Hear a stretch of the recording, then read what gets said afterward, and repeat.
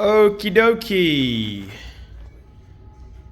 Going to do front end PPF on this 350Z. Was hoping to record it with my GoPro, but as usual, I've forgotten the GoPro. So I'm going to record it on my phone and hope that this translates to a good video. Promised the customer I'd do that. Really nice guy. Absolutely understands his cars, understands paintwork, understands, you know, the quality. So a little bit nervous about this one. Always nervous when it's car guys because we have different level of expectations. So I've tried to be really brutal on what the cons of PPF are, but I understand, you know, I mean, look at this, guys. How gorgeous is this? You just don't do things like this anymore. Values of these type of things are going up. He's just had the front end repainted, so particularly this bumper, very slab faced. We really want to protect it. So what I'm going to be doing is steaming down the bumper, cleaning all in the gaps, and then I'm going to cut the piece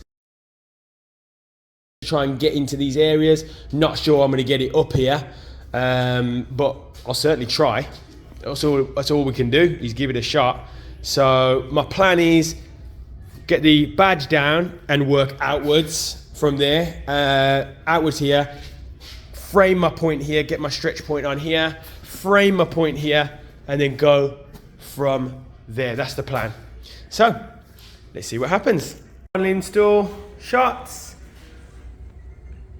What I like is you actually can't see it. Lovely. So we've got a nice rear car there protected. Nice and clean, as you can see there. Look at that. Using a Suntech pattern. Let's have a look around the badge. Look at that. Beautiful. So that looks great. Finish around there. Nice. Finish at the bottom section. Look at that. Lovely.